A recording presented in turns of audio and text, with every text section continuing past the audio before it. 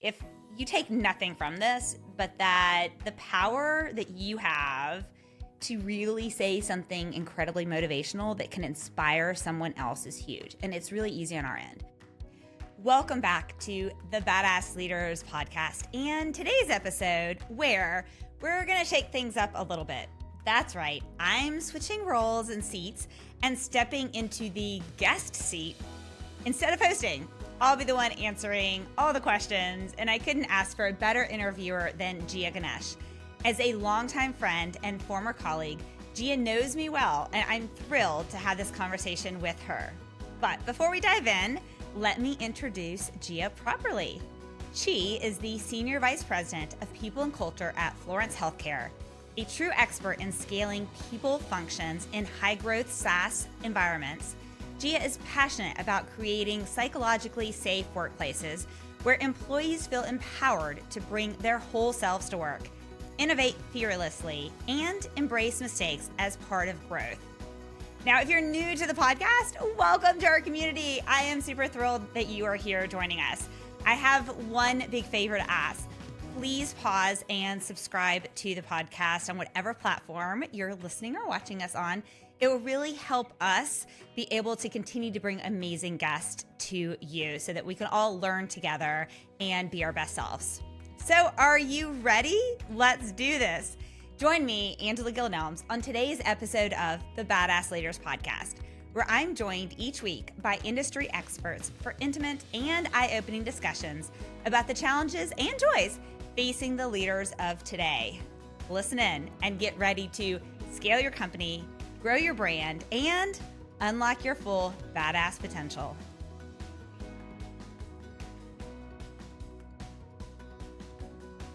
I am not Gill Nelms.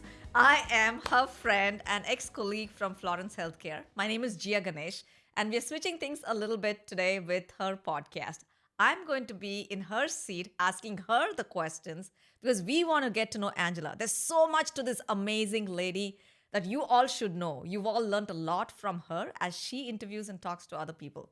But this lady is amazing in so many ways that cannot be described in an hour, but we're going to try and see how we can capture the depths of it, at least to a certain extent. So Angela, welcome to your own podcast. Thank you. I feel a little nervous right now. I'm going to change it to, I feel a little excited, a lot excited. So, but thank you.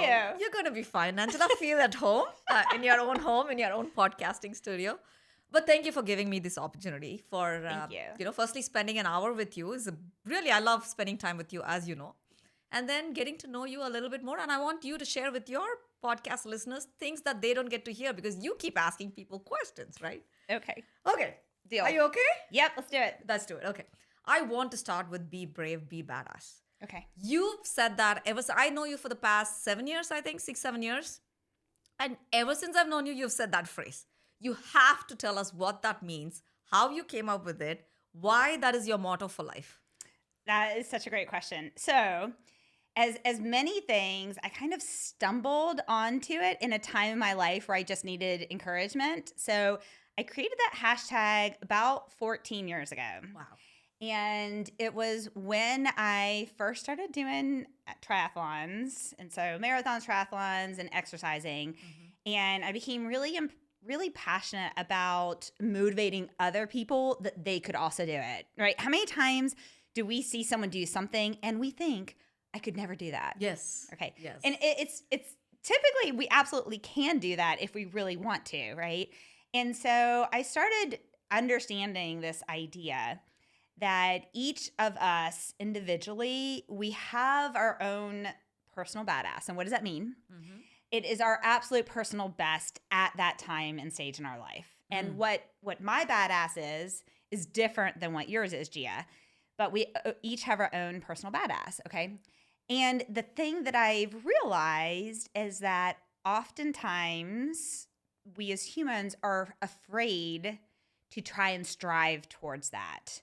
And so Be Brave, Be Badass is really an encouragement to everyone to not be afraid, to be brave and really capture and live your personal badass because you only live once.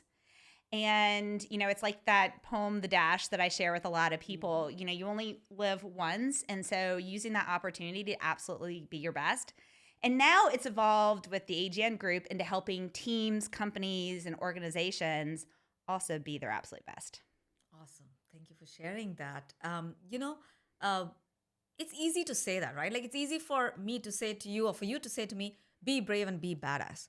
But how can we be brave? Because many of us do have inhibitions that don't let us be brave and to be badass, right? Like I know what I should be doing or could be doing, but I have my own set of imposter syndromes that hold me back. How have you overcome that, or do you kind of fake it till you make it? What strategies do you use to help people break through those kind of barriers? I love this. So, one thing is, I strongly believe that we don't give ourselves anywhere near the grace we give other people. True. And so, oftentimes, I feel as if I'm judging myself that I can't do something. I'm being way harsher than I would ever be for somebody else. So at the stage where I finally learned to sit back and stop living for other people, to just live for myself, and also learned that the idea of being brave and being badass doesn't mean you're always awesome. It means being the best you can at that moment or at that stage in your life. And so there could be a stage in your life where you're sick a lot or you have struggles or whatever, right? And it doesn't look as glorious and amazing to you. And you may think, this isn't badass at all. However, if every day you get up and you say, I'm going to do the best I can do today, that's it. I heard this on a movie. There's a reason you have eyes on the front of your head, right? And not in the back, like live forward. And so really for me, it's because I've had a lot of pivots in my career as well. It's really just been, okay, let me center in today and what is the best I can do today and what's holding me back. And I think as far as the imposter syndrome and also thinking I'm not sure I can do this, that, or the other, I think a couple of things that have really made a big impact in my life is surrounding myself with amazing people. So I try and steer away from, the people that their glass is, it's not even always half empty. It's like 3/4 empty to them, right? I mean, it's just like it's exhausting to be around. And I've really transitioned to staying with people who are also trying to live their best life. Not saying you have to be fake and all of that, but you can be authentic and true. And then when I surround myself with those people, I started having people affirm me in the same way I was affirming them. And the power of encouraging someone else, we forget. Like if you do nothing else, if listeners and watchers, if you take nothing from this, but that the power that you have to really say something incredibly motivational that can inspire someone else is huge. And it's really easy on our end. And so by really focusing, giving myself grace, by focusing on the day, in the moment, and also surrounding myself with people who lift me up, people who help me learn, grow, aspire, and people who believe in me and affirm me, that's really allowed me to traverse many rocky roads and challenging times. That's awesome. Especially given that yesterday was International Women's Day. I know you have a lot of inspiring women in your life who are part of the circle. Can you talk to us about one person and how they inspired you to be this brave, badass life that you live today? Oh, well, this is... And you don't have to name the person. I love this. I think that... I think that a couple of things. One, I have within my family, I've had several really strong women in my family who really supported me. So, one example is my Aunt Connie. Like, they have nurtured and loved me my entire life. I mean, I am the daughter that they never had, right? And they always believed in me and said loving things to me. So, and now that I see them caring for my 101-year-old grandmother, and the other grandmother is, I believe, 94 or 95, and they both live in their house. and they're caring and loving for them. I think that amount of servitude and love for family has been really inspiring. So I would say that, I had another aunt that when I was young, I was one girl and I had three brothers. And when she was raised, she was the girl with the three brothers. And we used to have this phrase, us girls have to stick together. Yeah. And I remember that. I mean, that is the earliest, probably one of the earliest phrases in life I remember is hearing her constantly say that. Us girls have to stick together. Yeah. And I think that in looking at the way these two aunts of mine are very different, but they really, really supported me being a female and wanting me to be my best. And oftentimes, unfortunately, we see women who don't lift up other women. And I think actually, if I were to pick one person that inspired me to be my best, it would be because she was not her best. And I had this instance when I worked at Medtronic. It was really the big reason I left Medtronic is that I had a female manager who was just awful. She was one of those that was like, oh, wait, Angela might get promoted and might do well. I'm going to do everything I can to hold her back. Okay. And it was really an awful experience. And I observed that and I thought, you know what? Never will I do that. I will do everything I can to help. And I don't just help women, right? I want to help anyone grow. But I specifically will do anything I can to help women who are willing to empower other women. Okay. Angela, you've been big about community always. And you brought that same kind of mental attitude towards building companies as well. You did that at Florence. You've done that at other organizations you've gone on to build after Florence as well. And I know you often mention Steve Wozniak's book in your podcast.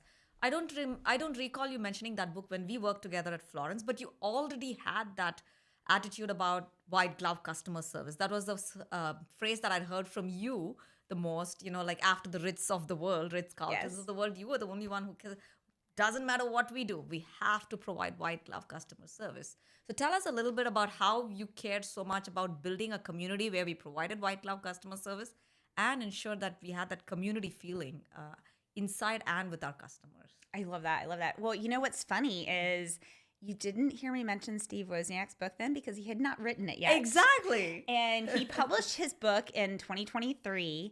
And the thing that was really I caught on to with his book is that it reminded me so much of Ken Blanchard's book, Raving Fans. It was published in 1993. And that was very purposeful. If you watch the interview, you guys should go watch episode 1 of the podcast. But I think, reading Raving Fans really had a big impact on me. But even earlier in life, I always had this mindset that anything you do, you should do your absolute best. So if you're bussing tables at McDonald's, you should be the best table bus person. I also knew that I had experienced how much better it feels when you can smile and be happy with people. And I think, I remember when I was in college, I worked at a jewelry store and I just wanted to talk to the customer. I wanted them to feel at home and to be a part of any community that we were in. And then I observed instances where I started to identify my own brand loyalty based on how people made me feel. Like the restaurants I would go to because they would remember what I wanted to drink or what my meal was, or they'd ask about my daughter. And I quickly picked up like, wait, I'm going back to these places, or like REI and their return. I would rather pay more money and buy something from REI and know that I'm covered and there's gonna be no questions asked, right? And so I think as I started doing this, and then when I was at Medtronic specifically working with these nurse coordinators at hospitals who were super busy, I also learned that if you make life easy for them, then when you need them to actually fill out their documents, they're more willing to do it for you because you actually care about them and you have recognized how busy they are. You've seen them as a human. And it really helped me realize just that people want you to succeed when they know you care about them. And so when Ryan Jones recruited me to Florence, the white glove customer service, and the healthcare, and then building great teams. Those are my 3 pillars the entire time. I was like, absolutely, we have to have these things, because I know if we can deliver these 3 things, we will be successful. People want to see you be successful. And how great is that when customers are fighting for you to be successful? Yeah, yeah. I'm going to switch a little bit between personal and professional Okay, to make the let's do episode it. interesting. You spoke about doing the best you can at everything you do, right? Like whether it's bussing tables or anything else that you do, you have to be the best you can. But does that also mean that we are striving for perfectionism? Does that hold some people back? What are your takes on striving for the best but not being hindered by perfectionism? Oh, totally, totally. My favorite phrase is "Don't let perfect be the enemy of good," Right. Voltaire. And I was lecturing a class at Georgia Tech on Friday, and it's on project management. The students were getting so nitty gritty into something that I was like, whoa, wait. The point of you learning project management is to have an overall path towards success where you're moving that way. You cannot let perfect be the enemy of good, because if you try and make every single detail, you'll just drive yourself insane. And I think it's the same thing about trying to be perfect in things in life, is that no one else is perfect. So I'm not sure why we think we have to be, because we give them the grace. We're like, oh, it's totally fine that bowl that's wood turned is a little off edge there. If it's their bowl, but if it's my bowl, oh no, it's got to be perfect. And I think that having the idea of understanding there's beauty in things that are not perfect, because it means that they were made by someone, not by a machine. There's beauty in slowly growing. It takes 10,000 hours to be an expert in something, right? So your chapter 1 is never going to look like somebody else's chapter 10. And so I think that being able to laugh at ourselves when we make mistakes and realize it's not our own personal identity, some of those things have really helped me over the years expand. There have been times there are times I'm absolutely a perfectionist. Like if it's a PowerPoint deck and I see a mistake on it, I'm just like, oh my gosh, how did that get out? And the fonts being different. Yes, listeners, if you do a PowerPoint deck for me, the fonts cannot be different. If we're using sentence case, you have to continue to use sentence case, or title case, use title case. Oh my gosh. So, but I think that it's also taking a step back and saying, okay, what does success look like in this instance? Success is not perfection, because that's typically a lack of just passion in it. So success is growing, getting a little bit better. And I think maybe one thing that really helped me later in life were the more random hobbies I would pick up. I suddenly realized, like, I'm not going to make a perfect knife blacksmithing, or like I said, a perfect bowl. Yeah. And if I strive, if perfection is the only thing that will make me happy, I will be miserable.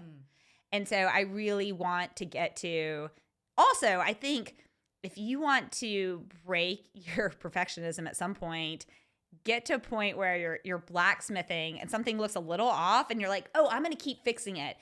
And then you burn it up in the coal. And you're like, okay, now that was actually perfect. Now, like the spot before. But when you realize that sometimes in life, and I think this is a good thing to think about in life, sometimes in life when we try and push for perfection, we actually just burn up the joy and the beauty of it. And in case you're wondering why she's talking about blacksmithing, it's because out of the million hobbies she has, one of the hobbies is blacksmithing, and we'll get to it in a bit. But back to Florence and Medtronics and some of the other organizations. Angela, you were also very keen on hiring people that were coachable, and people who exhibited, and even when you interviewed me, that was one of the things you said that really helped me move forward in the process, because I was coachable, willing to take feedback. Tell us a little bit about that and how you've taken feedback from others and how that has helped shape your life. Love it. Yeah. I remember your interview. Yes. That must have been 7 or 8 years ago. 7, yeah. Okay. And yeah, I think here's the deal. Let's go back to the perfection thing. Yeah. No one's perfect. Exactly. No one is perfect. And the beauty in life, I think, is surrounding yourself with people with different skills and having the ability to learn and grow by being surrounded by them, right? It would be really boring to be surrounded just by 100 Angelas that all did the exact same thing. We would never grow. And so the coachable part is that if you're coming into an organization and you're not willing to grow and learn from the people you are spending more time with than your family. I mean, literally, these are the people that you're spending the majority of your time during that tenure with. If you're not going to be a lifelong learner and you're not going to want to learn and grow and continually become better, then that's a pretty sad life. And a lot of people live in that world. I think a lot of people live in that world because they do have fear that they're going to be discovered, that they're not perfect. So here's a secret. No one's perfect. You're already discovered. Yes. You were born. So you're not perfect. Yeah. And I think coaching on the other realm has times where it's been easy and great and other times where it's been hard. So I would say that the coaching I loved is when I could get people who reported to me to give me feedback, which that's really hard. Yes. And I remember this one employee at Florence who I could not get her to give me feedback. And I was like, okay, look, you just said you love when I give you feedback and you're growing. And yet, so by you not giving me feedback, you're basically not allowing me to grow at all. Like you're kind of screwing me over. So I said, I want you to go home and your homework is to come back on Monday and tell me something I need to grow and learn. And she did. And it was a great experience. And I think those kind of times when people are around you and you consider the fact that they're giving you the feedback because they actually care. They're not being spiteful. They actually care. I think those are amazing moments. Now, the times that I've gotten feedback, the struggle is when you get feedback from someone you don't respect and someone that you really do not believe they have your best interests in mind. And that's the hard part. And so one of the things that I've tried to do when that happens is I've said there's this psychology that says really if not always, but a lot of times if someone says something about you or in a way and it really upsets you, that you really should lean into that because it's probably something that's true that you're being super defensive about. So what I've tried to do more recently when I've had some of these instances is said, okay, one, it's not about them. I don't care who they are, right? Is there any piece of this that I can absorb and hear? Because they may even be saying it to me out of spite, but there are going to be a lot of people in the world who just don't like you. And if you just have a perspective of how you're viewed by different people, then I don't believe you should change yourself to be viewed perfectly by everyone. So I do not want that to be the message. But understanding how that is and then making a decision like, yes, this is who I am and this is what I'm going to stay with. Or, you know what, I could probably address this situation a little bit more gracefully that would help people from different areas.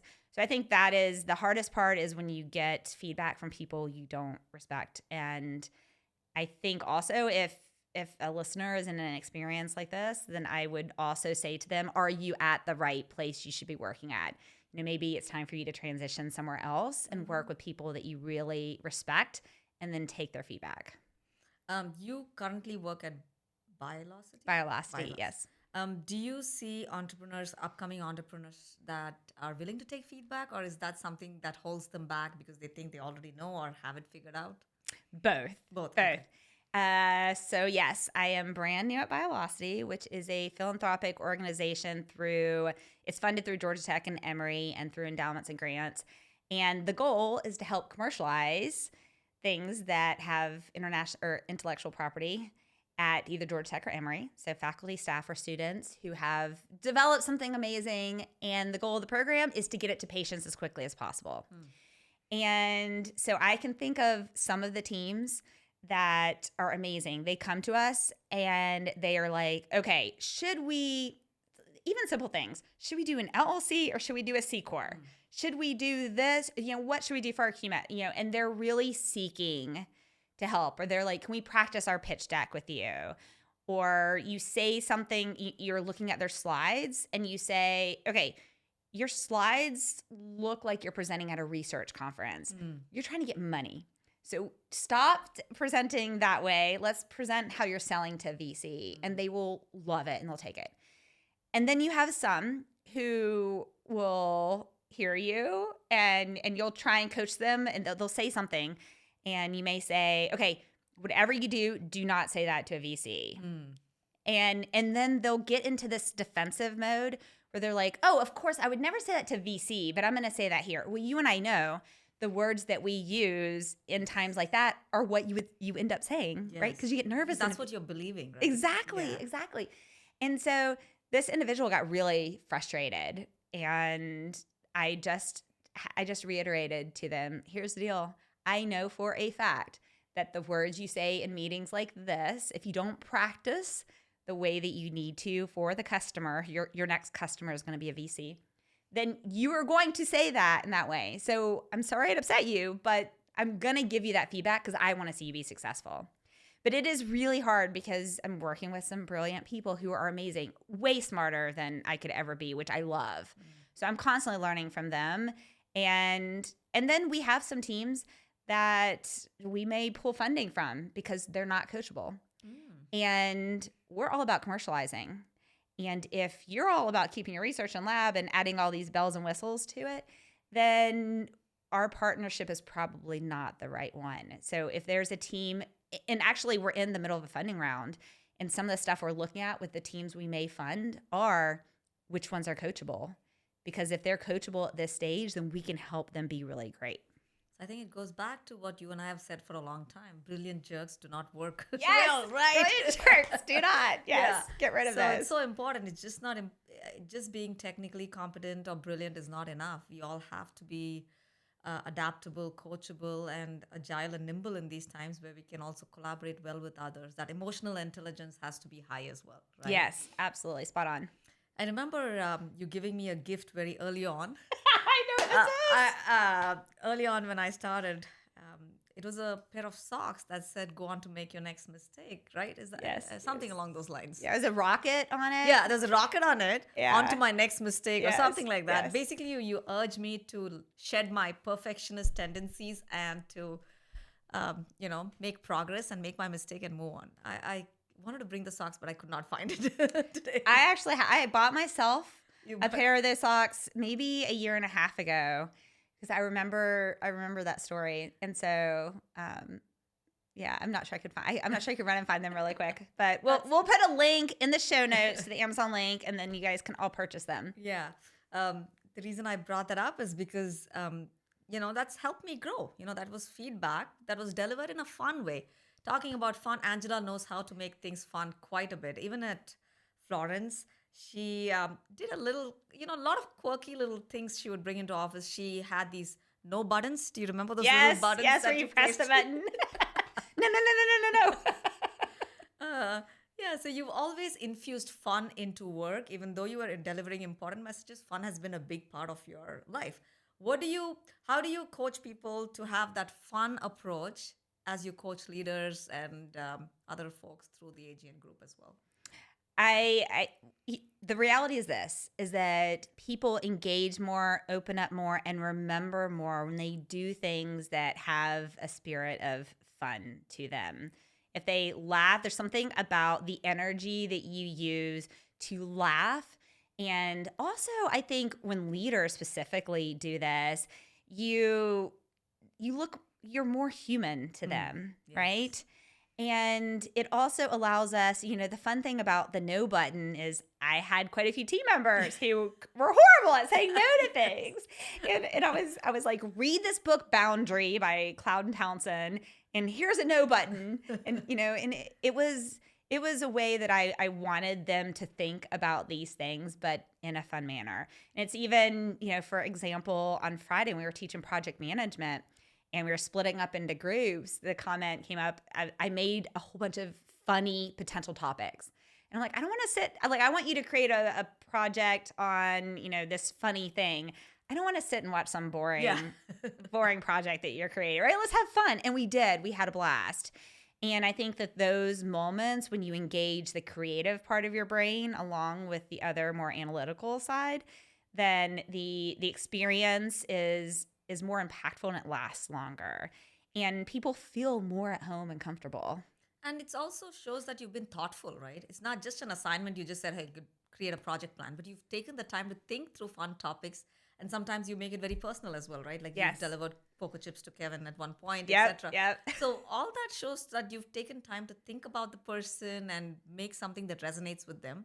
It goes a long way. everything that you do has that thoughtfulness. Even your podcast studio, for example, thank is you. very thoughtful. Um, you've talked about a lot of leadership philosophies that you share with people, right? And one of the things that I've seen you do very well is conflict resolution, right? You've been in conflicts. I've seen you been in conflicts. You and I have been in conflicts as Yep. well. But I've seen the approach you've taken towards conflict resolution. Can you share with your listeners and viewers what your approach is and how do you coach your clients through the AGN group? What is your philosophies on conflict resolution? I love that you're asking this question because multiple episodes of the Badass Leaders podcast, we've talked about conflict. And when I was a guest on Vicky's podcast, she's like, so you talk a lot about conflict. Why do you like conflict? And I was like, I love this. Like, I love conflict. And so I'll put a link to a snippet that I talked about on that. But so my philosophy is it was very much shown initially. I learned so much from the book Radical Candor. Mm-hmm. And another similar methodology is Making of a Manager. It's a little gentler. Yeah. Radical Candor is a little more brash. Yeah. It's a little bit too much for some people. But I think that when I think about conflict is a couple of things. One, I think part of the reason I love conflict is that when coming from an abusive childhood, I was never allowed to disagree. So I was never allowed to resolve any issues. And so I would, over time, see the impact of people who were just quietly going along. And I saw that it was like stagnant and it was hurtful and people weren't happy and you weren't really thriving. And so the example when I talked to Vicky about conflict is I said, the thing is that we are all better when we take all the pieces of ourselves and collaborate together to come to. Now, you're not always going to agree, which we both know, right? But if you keep all of those things in your head and they never come out, you have no idea the masterpiece you can create. And the example I used was of a puzzle. So imagine we're trying to do a puzzle together and you have a couple of key pieces that you've tucked away and I have a couple of key pieces. No matter how hard we work, like we might get a square rectangle thing we can frame, but it's not going to be a masterpiece. However, if we bring those pieces together and present them and then talk and collaborate over them and then integrate what makes sense to integrate, wow, it can be so beautiful. And so I think when I think of conflict, the first rule of conflict resolution is to remember that you should strive to get to understand the other person as a human being. So understanding humans as humans. The second thing is that whole adage, we have two ears and one mouth for a reason, is to really allow the other person to share what their thoughts are. And then the third, I would say, is very a Brene Brown technique. It's to then say back to them, okay, so what I heard you say was this. Is that right? And then allowing them to say, no, that's not what I meant. I meant this. And there is something that's powerful in the mind when someone allows you to restate something and really cares and wants you to clarify.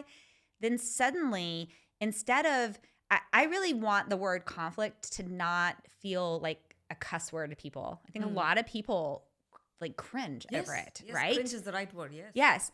And I really want it to be something like when the conflict happens, this is our opportunity to make something much more beautiful. So let's sit in the moment and do it. And respecting the other person by doing that, I tell you, a couple rounds of making sure, yes, okay, Gia, is this what you meant? And then you finally get to yes. And I say, okay, well, when this happened, the story in my head was this, that, or the other. Of course, typically the other person's like, that's not what I meant at all, right? Yeah. Exactly. And then you start to realize that oftentimes the stories we tell ourselves in our head aren't reality. And once again, while having healthy conflict allows us to work through that and really have, some of the best relationships I have are ones that we've had healthy conflict with. And I say healthy in that it's a two-way street. It's listening to understand on both ends. It's not raised voices or anger or things like that, but it's really striving towards a goal of wanting what's best. Angela, you touched briefly upon your childhood.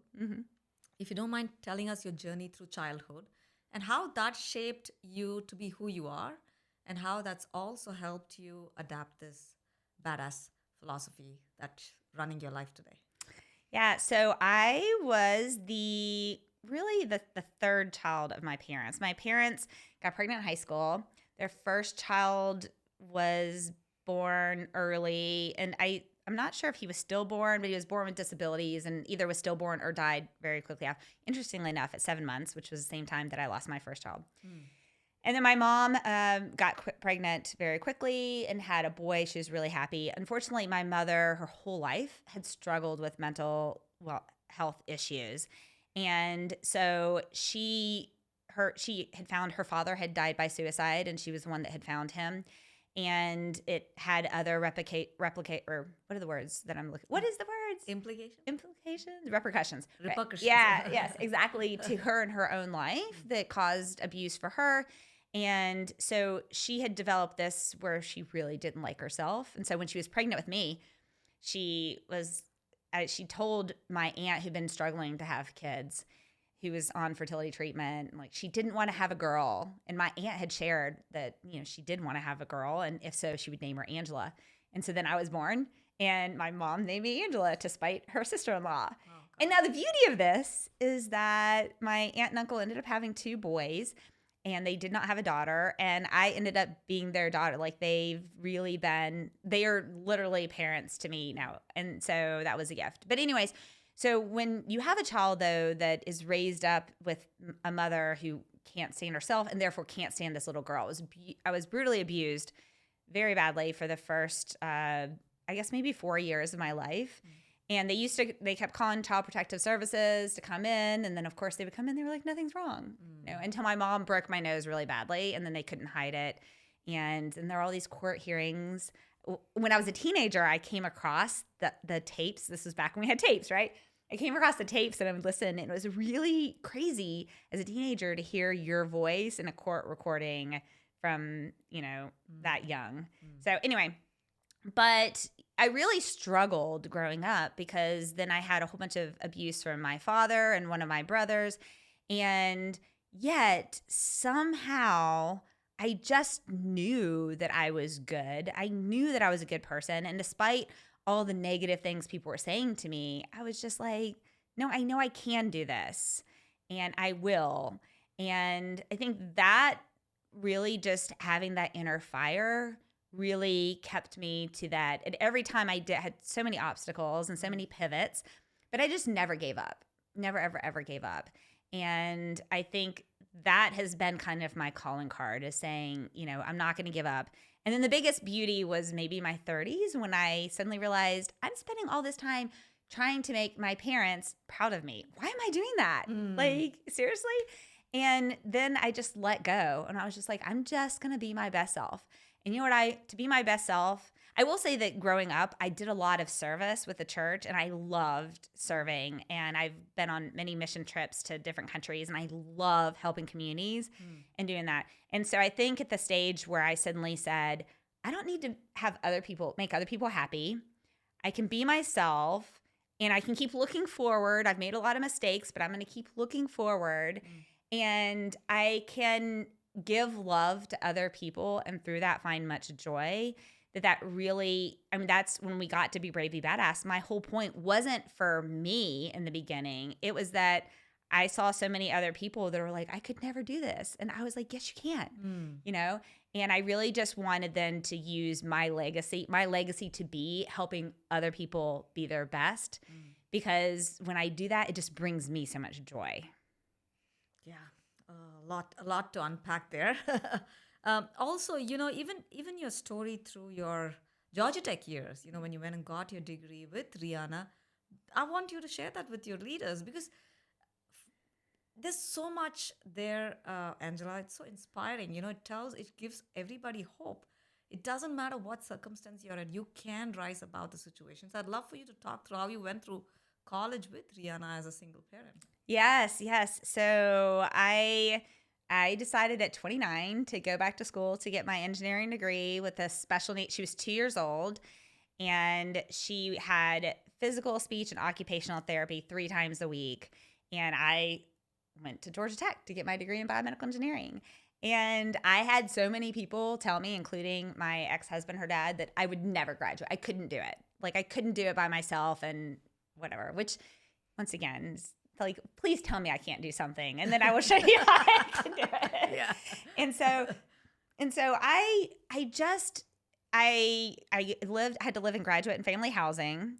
The only amount of student loans I could get were the exact same amount that my baby brother, who was living in a dorm with 3 other guys, could get. And I had, daycare.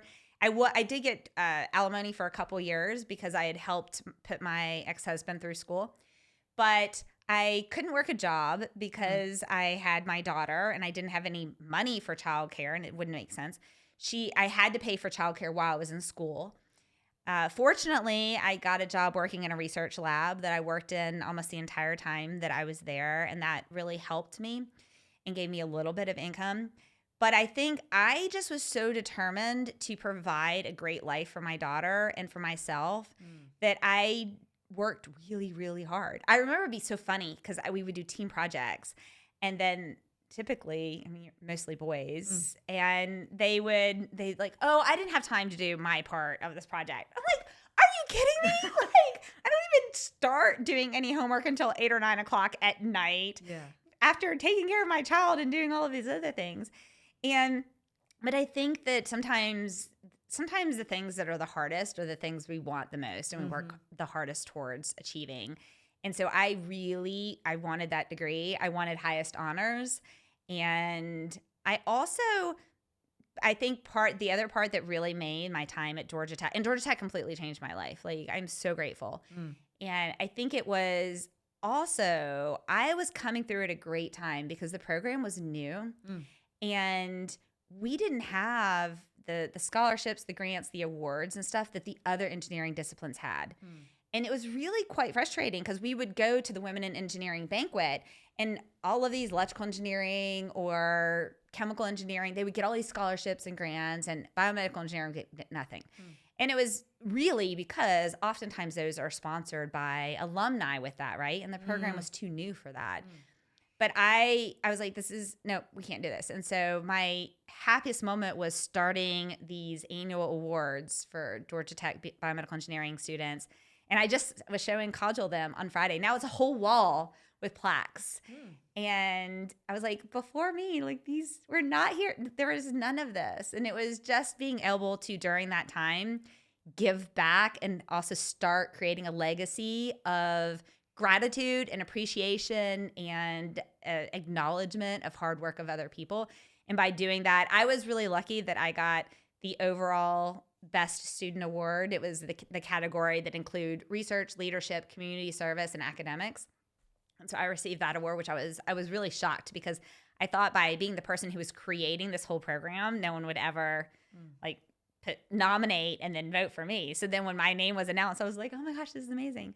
But I will say that I just kept doing the next best thing that I could and trying hard for the moment and then moving to the next thing and trying hard for the moment and then moving to the next thing. And that's really one of the reasons that I loved Ironman racing and long distance racing is this whole mindset of, okay, just keep going another mile and then another mile and then another mile.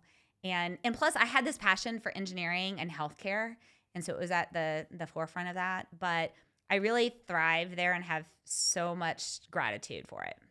You've gone on to give back a lot to Georgia Tech. Tell us a little bit about what you've done. Yes. So I, at one point, was on the Biomedical Engineering External Advisor Board. I was then chair of the External Advisor Board, which was really great, too, because then I got to bring some amazing people onto the board to help grow the program. And then I am currently on the College of Engineering Board, and I also serve on the board to the president, which is the Georgia Tech Advisory Board. And I give 2 scholarships each year. That one is to a student that wants to go study abroad. I strongly believe, like, get out of your country and go experience the world. My whole world changed the first time I left the U.S. And then the other one is to fund students that want to work at a startup that can't afford to pay for an internship. And so it will give them a grant so then they can go. And why? Because I saw at Florence, like, when we had these interns, we gave them a real project. That was my rule, right? Yep. You have a real project. We're not micromanaging you. Yeah. You're going to have something to show at the end. And the value of that for anyone then adding that to their career is huge. And I wanted to be able, but also a lot of times students need to be able to make that money to pay for housing. Going back to my Georgia Tech days, I floated most of my education on credit cards because I could only, that was the comment about the financial aid.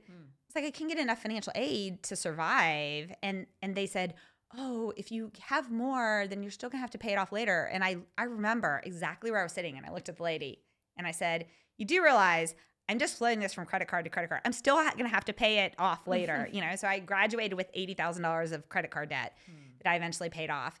But yeah, trying to navigate through all of that just continued to really give me appreciation for other people and made me stronger. That's a lot. So in the 20 years since Georgia Tech, your life has taken quite a few turns, Angela. Yes, Today yes. you are the proud owner of AGN Groups. Yeah. You have gone on to empower so many leaders through the AGN Group as well. Tell us a little more about what kind of clients you work with, what kind of things do you do with them? I know you're also doing a lot of work through Chief. Yes. What kind of services can people avail from you? Yes. So, well, one of my most fun things is to work with individuals on their own personal branding. And I kind of fell into my own brand. Like as I mentioned, Be Brave, Be Badass, I fell into that. And I actually didn't realize people were identifying it with me as my brand until every time I kept getting all these badass gifts. Like, I saw this and thought of you. And I was like, that is amazing, right? And so, but I love working with individuals that are trying to determine what their personal brand is, because there's so much power in that. After you've identified who you are as a human and what you want to accomplish, then it really helps you focus on the areas that are really going to make you happy and successful. So I love to do that. I also love to do team building exercises and to go into groups. So really help. I think that if you're running a company, you need to have someone come from outside the company to do some of these team building exercises so that they can then observe and give you feedback you're not going to see inside. So I really love to do that. And then personal coaching for individuals that are trying to navigate through their career, or they may want to start a podcast or a blog or something like that to help them understand how they can begin to give back in a way that's meaningful to them. And it's really important because what's meaningful to me is very different than what's meaningful. I'm working with my cousin right now on his brand. What's meaningful to him is very different than what it is for me. But really, I just want to be able to live this life in all these different areas, including Chief is lifting up other women leaders, is that I really just want to be able to say, I did my best to try and give the love, compassion, and support to other people that I didn't get when I was younger and really needed. And then when I got it later in life, I really was able to thrive. And I can see that difference in me. So the opportunity to give that to other people so that they can thrive is really amazing. You've spoken a lot about your personal and professional life, but I want to explore the other dimension, which is you somehow make time for a million other hobbies. And I know it's a big part of your life because it adds more dimension and color to your life. So tell us a little bit more about how you got started in exploring hobbies. How can people make time for hobbies? Because most often when you hear people, at least in their midlife times, they say, I don't have time for hobbies. How do you make time for 10 hobbies? Yes. Well, fortunately, I don't do them all at the same time, which is good. And I think that's part of it, right? Is that remembering that there's a season for things in your life. And you've heard me say this, but every time you say yes to something means you're saying no to something else. So choose your yeses wisely. I think that, I love blacksmithing. I love wood turning. I just started beekeeping, which I'm really excited about. And I think it ties to a couple things. One, being a lifelong learner. And I just get inspired by learning new things and crafting new things. The other is actually all of those are very stress reducing, stress relieving, and therapeutic. And so it is that outlet, and you could use that outlet. I see some people use it scrolling through Facebook and all of these other things. I don't do that. And so I think that it ties back to the time piece of it. We make time for things that are really important to us. And so I would encourage, it's really healthy to be a life, like research shows, if you continue to learn throughout your life, you'll live longer, reduces a lot of mental challenges and issues with dementia and stuff like that can be reduced by being a lifelong learner. So I would encourage you to pick something that you want to do. Blacksmithing was because I was going to John C. Campbell with Guy Griswold when we were dating, and he was taking wood turning, and I was looking through all of the classes, and I was like, blacksmithing, I want to do that. I also love to make things to give as gifts, and I love to make gifts that people will keep forever. And so when I was pregnant with Rihanna, I learned to quilt, and so I did a lot of quilting back then. Because no one, like, if you make a quilt for someone, they're not going to get rid of it. And so then with blacksmithing, I was just like, this sounds cool. And I also like to do things that are not typical girl things. Right? I like to push the boundary, right? Yeah. Like, most people are like, blacksmith, that is badass. And I'm like, yes, right on brand. Yeah. And so, but I was really scared. I registered for it. And then I was like, what if I hate it? Or what if I'm awful at it? And actually on day 2, I got horrible 3rd-degree burns on my fingers. I don't know that they were whatever. They were horrible, horrible burns. 10th-degree burns. I'm just going to make up a number. And I had already fallen so much in love with it that I was like, taping it up with duct tape and let's go.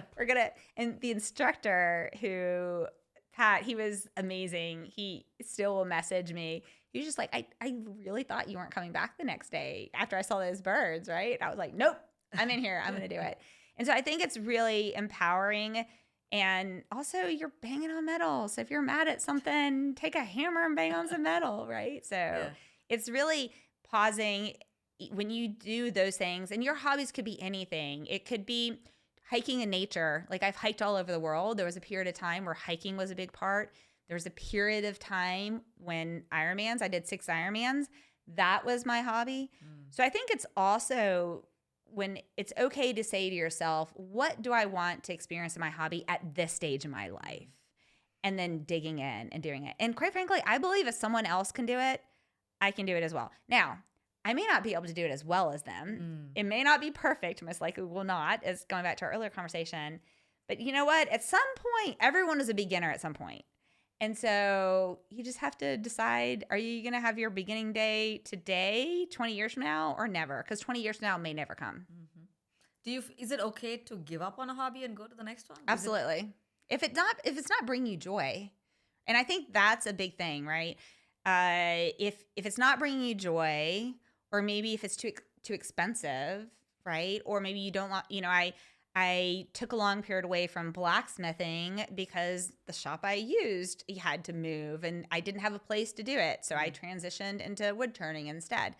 And so I think really it's absolutely, I think the reality is if you're going to turn away from a hobby, I would encourage you to pause and ponder and sit with why you're turning away. And if it's because you're just going through a lazy stage, think, am I going to regret this 20 years from now? Like, I'm trying to relearn how to play saxophone.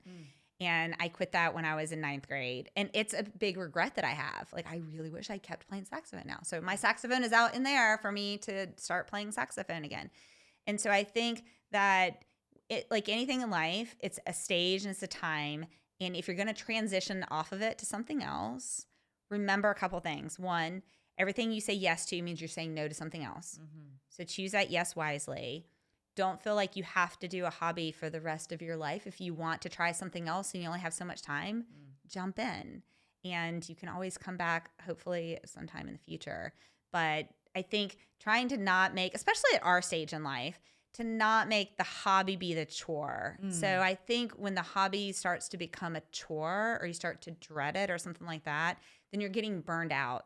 So you need to evaluate why you're getting burned out and what you can change so you're not burned out and you're enjoying it. Because it should bring you peace, joy, fun, energy, not the other way around. We're kind of almost at the near end of our episode here. I'll just ask one more question before we go to our final question. Okay. Tell us a little bit about burnout. There was a stage when you felt burnt out or you were burnt absolutely. out. Tell us a little bit about how you recognized those signs and what did you do to get over that stage? Yes. I had a stage in running Florence when 2/3 of the company was reporting to me. And I will say I love the COO role because I just am very organizationally minded and I loved the impact on the different departments that I could have. But at that stage, the challenge that I see as a COO role is that you are constantly context switching. You know, a lot of other roles. So if you're like head of product, you're focused on product the whole time, or head of sales, or head of marketing, or oftentimes a CEO will be very sales and marketing focused, and they're focusing on that. But a COO is typically all over the place.